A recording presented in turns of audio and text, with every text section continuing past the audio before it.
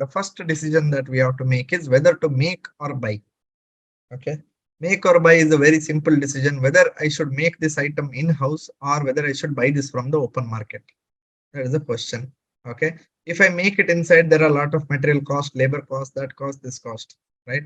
If I buy it from outside, there could be like, purchase price, there could be interest, there could be transportation, there could be installation, and other expenses.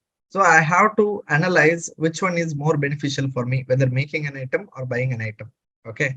Now businesses may be faced with the decision whether to make components for their own products or themselves, or to concentrate on the resources on assembling the products, obtaining the components from outside suppliers instead of making them in-house. Okay. If the resources are bought in, their purchase cost is wholly marginal, that is direct. Okay, because whatever that purchase cost is there, that is 100% this thing for you, what variable cost, isn't it? I want 100 items, it's 100 into purchase price. I want 200 items, 200 into purchase price. So entire thing is marginal. Okay. However, if it is decided to manufacture the components internally, the comparative cost of doing so will be the direct material and wages cost plus the variable factory overheads. Okay, what and all it will be? It will be direct material and wages cost plus the variable factory overheads. Okay, that will be the total cost of that item if I produce it myself. Okay. Then, if the total variable cost internally manufactured component is seen to be greater than the cost of obtaining the similar component elsewhere, it is obviously uneconomical to produce these items internally. It need not be said. I don't know why they are saying it. Okay. If this is costly, don't do it. If that is costly, don't do that. Yeah. Yeah. Okay. Yeah. Yeah. Two types of make or buy decisions. Make or buy decisions with no limiting factors, or make or buy decisions with limiting factors. Make versus buy. Okay, concentrate on this. Now, KRS company is considering whether to administer its own purchase ledger or to use an external accounting service. Okay, whether you want to like hire an accountant or whether you want to outsource your entire accounting activity somewhere else. It has obtained the following cost estimate for both of the options. First one is internal service department. If you have an internal service department, what are the various costs that you're going to have? First one is purchase hardware or software 320 per annum, hardware software maintenance 750 per annum, accounting stationery 500 per annum, part-time account clerk 6000 per annum. Okay, then external services, processing of invoices or credit notes is $0.5 per document. Okay, 5000 per annum. Processing of check payments is 0.5 per check, 4000 per annum. Reconciling supplier accounts is 2 per supplier per month, and there are 150 suppliers. Determine the cost effectiveness of outsourcing and accounting activities and identify the qualitative factors involved. The total of this comes up to 6,000, 6,500, 7,250, 7,520, 7,570. Sorry. Then you do 300 into, so that will be 3,600 here. Yeah. Okay, here how much it will be? 2,000. 2,000, yes. Here it will be 2,500. 0.5 into 5,000. This is not, see, this is volume. First is cost, first column is cost, second column is volume. This is nothing but 5,000 documents are there per annum. There are 5,000 invoices or credit notes per annum. There are 4,000 check payments per annum. Yes. 8,100 total. Which one is better? So what are the qualitative factors which are involved? If as and when the, like, let us say okay, so the same like this thing you say, I just had 1,000 documents. Instead of 5,000, I just had 1,000 documents. In that case, hiring an outsource person would be much more cheaper for me, isn't it? Because here I have to pay salary only how much? Part-time account clerk, I have to pay 6,000 per annum. Okay. But if I had only 1,000 documents, okay, I still have to pay the same salary. I cannot negotiate with the salary. Just because you don't have work, I cannot say that I'll pay half the salary. Giving you work is my job if I've hired you. Okay. So here, when number of documents is less, probably outsourcing will be more beneficial. Okay. At the same time, when number of documents is more, then internal, who will make more errors, your internal team or your external outsourcing guy? If outsourcing guy makes mistake, you can put it on them. If internal guy makes mistakes, you can't do anything. You just have to tell him Yeah. and make it properly from next time. Whenever we are outsourcing something, we have a liberty of calling them, yelling at them, not paying them. And you have to also look at the security of information. If you outsource, there's a qualitative factor, isn't it? Next, we are going to look at one more, make or buy only, but with limiting factor. Okay. In the presence of a limiting factor, a following step-by-step approach could be adopted with a make or buy question. The saving per unit of each product is calculated. Saving is equal to purchase price minus variable cost to make each product. Let us say I have product A in my company, product B in my company, product C in my company. There are 3 products. Okay. This product I can make it myself. Okay. Or I can purchase from somewhere else. If I make it, let us say it is 10 rupees. If I purchase it at 9. If I make it, let us say it is 8 rupees. If I purchase it, it is 11. If I make it, it is like 7. If I purchase it also, it is 7. See what is happening here? I have to first find out the savings that I can make. Savings is equal to what? Purchase price minus the making cost. Here, there is no saving. There is a dis-saving, correct? Because purchasing itself is cheaper. Here, there is a saving of 3 rupees. Here, there is no saving at all, correct?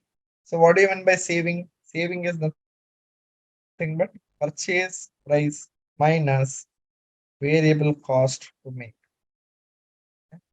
Then divide this by the amount of scarce resource, that is limiting factor, that each product uses. This gives savings per unit of limiting factor. Correct? So that savings I will divide it by the limiting factor. Okay. Once I divide it, I understand how much saving each of the unit is contributing. Okay. How much saving each of the unit is contributing. And then I have to rank them accordingly. Who gives me the highest saving per unit and who gives me the lowest saving per unit. Okay. Once I have decided the priorities, the scarce resource is allocated to the products in the order of their priorities until it is fully used up. The same thing we had done, throughput accounting, if you remember. Okay, we used to calculate what? Contribution per limiting factor. Okay, contribution per limiting factor we used to find out. Here we are finding what? Savings per limiting factor. Savings per unit of limiting factor. Okay, that's the only difference. Then any product with unsatisfied demand can be satisfied by buying from externals. That we know. Okay, if at all, I have 3 products and 2 products give me highest of savings, third one doesn't give me highest, but it still gives. In that case, what will I do? It's okay.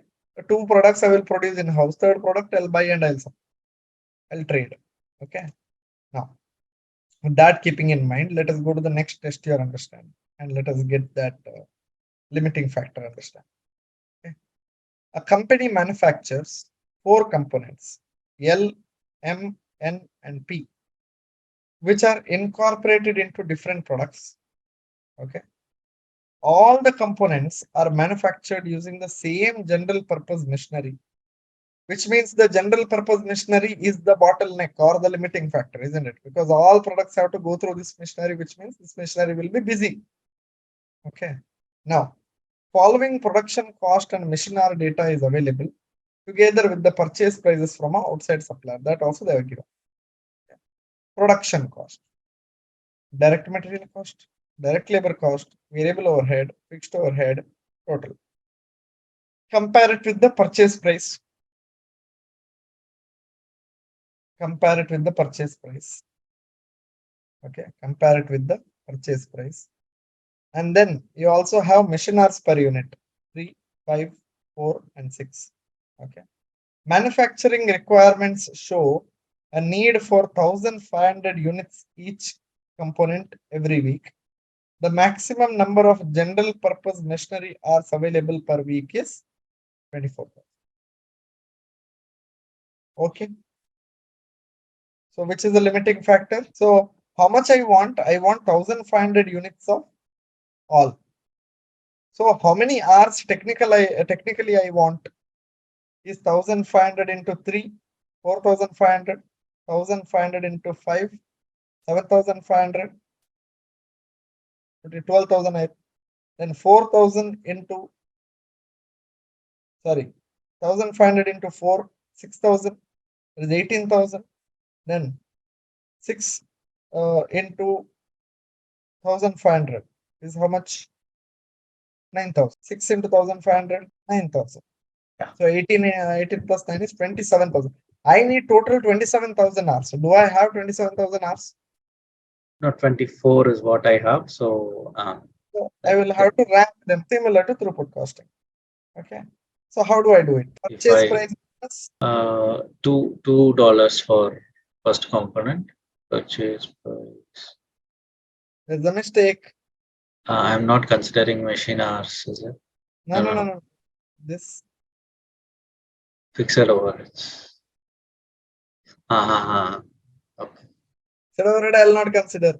I will Correct. incur fixed overhead whether I produce it or not. Correct. Okay. Yeah. It's irrelevant. Tell me. 57 minus 45. 45. 12. Right. Okay. Then 55 minus 40. 15. 40. 15. Then 54 minus 30. 40, 50, 24. Then 50 minus 20, which is 30. okay. Now what is the limiting factor? Scarce resource is nothing but machine hours. 24,000. Yeah, machine hours. Machine hours per unit. So, yeah. So maximum savings I get is from P per. Don't know it. This is the total contribution, total saving that you'll receive. But I want saving per machine hour. Ah, So I have to divide it by how much machine hour does it take. See, like this I can see. this is, this is per unit. This is Use per. me 30, I agree. But D is also taking 6 hours. Correct. Whereas, Correct. Exactly. C is Exactly. only 24, but it takes only 4 hours now. Exactly. Yes. Let us divide it. Yeah. Divided by 3, divided by 5, divided by 4, divided by 6. Yeah. 4 savings per machine hour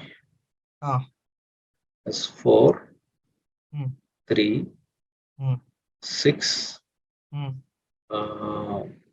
5. So rank N, P, L, and M. So my scarce resource, first where I'll use. First I will produce 1,500 units of this. Correct. Then we will produce 1,500 units of this. Correct. Then I'll produce 1,500 units of this. If something remains, I will produce or else I'll purchase.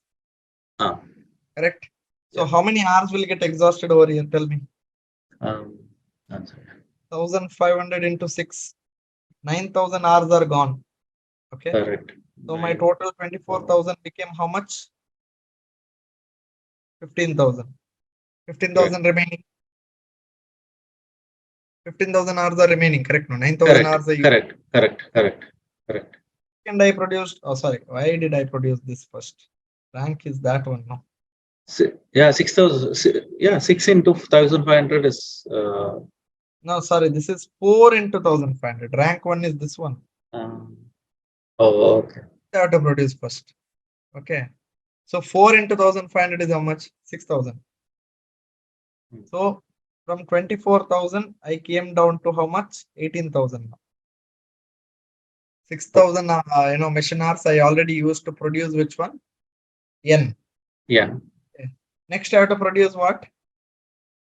The next one, P. P. Okay. So this requires how many? 9,000 hours. So from 18,000 hours, I came down to 9,000 because 9,000 I already used. Hmm.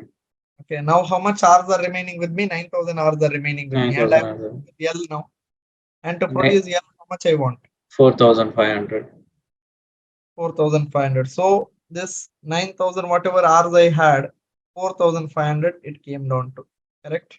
Balance will be Hours 4,500. are remaining. Only Balance 4,500 hours are remaining. Now those 4,500 hours I will put over here. And how yeah, much ever possible I will produce?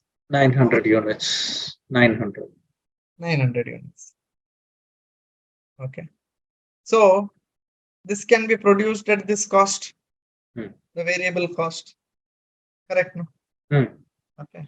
And 900. But how many products I want of this? 1,500 only, no? Hmm. 900 I produced, which means how much 600. 600 I'll purchase. purchase? 600 from market. Then we have other things such as make versus buy decision. What are the other issues to consider? In addition to the relative cost of buying externally compared, to making in-house, management must consider the other issues. What are the other issues? What is the reliability of that external supplier? How good is he? I have to see. Okay, I cannot just buy it from somebody and give it under my brand because people will, judge me based on if I buy something. Let us say now in this case, here I had to buy how many M? I had to buy 600 units of M. But if I buy from somebody who doesn't maintain that quality, and if I give it to my buyers, they will tomorrow judge me and my brand. Okay, so I have to be very careful about the reliability of the external buyer. That is, what is the quality, what is the quantity, what is the delivery, what is the price stability, etc., etc. I will have to consider. Then there is something called as special skills.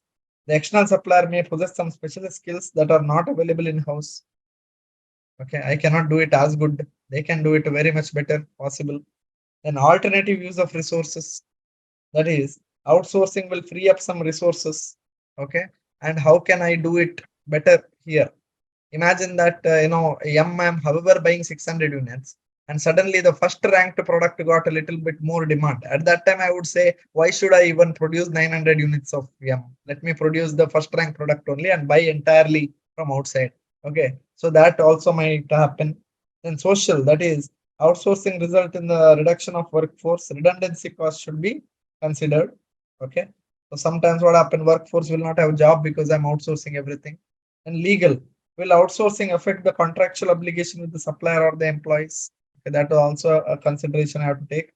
Confidentiality, my product secret, who I'm supplying, all those things. Then customer reaction. Do customers attach importance to the products being made in-house? They want to say that I want something that is made in your company. I don't want you to buy from somebody and give it to me. That is not what I wanted, etc. Okay. Next. So pros and cons are given here. This becomes important for theory question purpose. Then that is one form of decision. Okay. After one form of decision, let us also finish the shutdown cost. Okay, shutdown decision. Okay. So what is shutdown decision? You see, part of a business, for example, a development of a product, or let us say, something that may appear to be unprofitable, the business may have to make a decision as to whether or not this area should be shut down. Okay, I have told you that sometimes if I'm producing, like, let us say, 5 different products, okay, and 5 different products, out of the 2 are loss making, 3 are profit making. Logically, I think that 3 products should be continued, 2 products should be shut down. But what if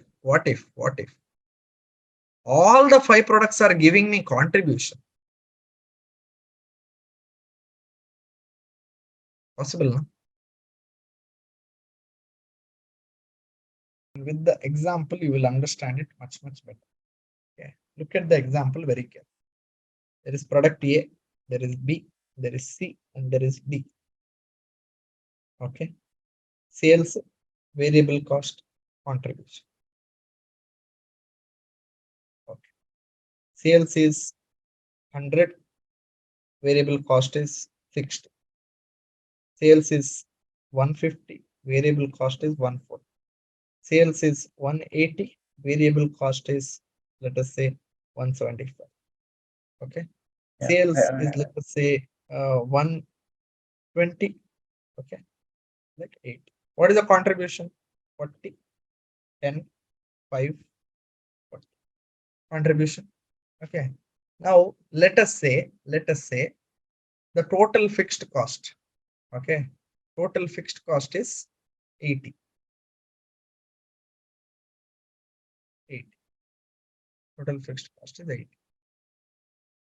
And let us say that 80 fixed cost, if I were to bifurcate between these 4 products, okay, I will bifurcate that into these 4 products. I'll bifurcate that into these 4 products as, let us say, 30, 10, 10, how much it became? 50. 30. Now tell me, what is the profit? 10, 0, minus 10, 5, 0, minus 5, 10. 10. If I look at profit, I would say that which product should be continued and which product should be kept. Yeah, now I remember this concept. Yes. You remember, no? Yeah. So what is going to happen is, if I go by the profit, I would say I should stop B, I should stop C. Let us say you are right. Okay. And I will stop B and I will stop C. In that case, I will get the contribution of how much? I will get the contribution of 40 here. 80. Get the contribution of 40 here. Total it became 80. Yeah. Okay. And here total is not going to change. That is also 80. So profit becomes 0. But here, at least I have profit of how much? 15. 15. Okay. So sometimes even when you're in loss, when you're making multiple products, you might not have to shut down the product. Because it is still contributing to the fixed cost. They are contributing to the fixed cost. Okay. So I have to look at what the contribution. That is all the shutdown decision is. Right. Okay. If you understood this concept, we can directly jump in here. Okay. The relevant cash flows associated with the closure should be considered. For example, the lost contribution from the area that is closed. If you close this B and C, what is the contribution lost? That I have to consider. What is the contribution lost because you are shutting down one product line? Okay, that I have to consider. Then savings in specific fixed cost. If that product line had a specific fixed cost, that now I can avoid. That product line needed some machinery for that which I was paying rent, that I can stop it now. Okay, specific fixed cost. Then any known reorganization cost is relevant. Okay, any reorganization cost, they'll give the name if it is there. Okay, then any known additional contribution from the alternative use of resources. Because you freed up B, you could have made something else, and with that you might have received some profit or something like that. Okay, those are things you should consider. Then, what are the non-quantifiable cost and benefit? Non-quantifiable, you cannot quantify it. Okay. Some of the cost and benefit discussed above may be non-quantifiable at a point of making shutdown decisions. That is, penalties and other costs resulting from the closure. That is redundancy, compensation to customer. Somebody has given you order. Now you are saying it's not there. They are going to put a case. They are going to fight it in the court. You're going to incur legal charges. This, right? You might have to fire people. Okay. If you have to fire people, then it's even a bigger problem, because if you fire, you have to pay compensation, you have to pay a lot of money, reorganization cost, then additional contribution, that this and all. Then knock-on impact of the shutdown decision. For example, supermarkets often stock some goods which they sell at a loss. This is to get customers through the door, which are in the hope of purchasing other projects which have higher profit margins. Okay, this is like parlay continuing parlay. Okay, to be relevant in the market, you have only one name in the market. Okay, so you have to keep running that product. So whenever you go into losses, what will you do? You will reduce the size of the biscuit packet. We'll make it smaller and smaller and smaller and smaller. Earlier, you used to get 5 rupee, you used to get so many biscuits. Now you get like 4 or 5 biscuits, okay, of Parle-G. But still, they're continuing Parle-G because their entire brand is dependent on that. Okay, and that is with that confidence of the brand, they're able to sell other products of Parle. Okay, something like that. Okay, so let's go to the test your understanding, shall we? This is going to be easy. Okay, now test your understanding 5. The management of Fiona company, I will zoom in. The management of Fiona company is considering the closure of one of its operations, Department 3, and the financial accountant has submitted the following report. Department 1, 2, 3. Which they are planning to close? Department 3. This one they are planning to close. Total. Sales they have given. Sales in number they have given units, and sales in dollar also they have given. Then cost of sales, direct material, direct labor, production overhead is given. Gross profit is given, expense is given, net profit is given. Additional information. Production overhead of 15,000 have been apportioned to the 3 departments on the basis of unit of sales volume. Sales volume units, this ratio 5,000 is to 6,000 is to 2,000. They have divided this 15,000 into like this. Okay. Now, expenses are head office overheads. Again, apportioned to the departments on sales value is the expenses, which you don't want again. 40,000. As management accountant, you are ascertaining that on a cost driver basis. Again, now see ABC concept, they have got it. Okay. This is what they do. They bring back these old concepts. Okay. In new chapters, they will bring back the old concept and they will make you learn that better. Okay.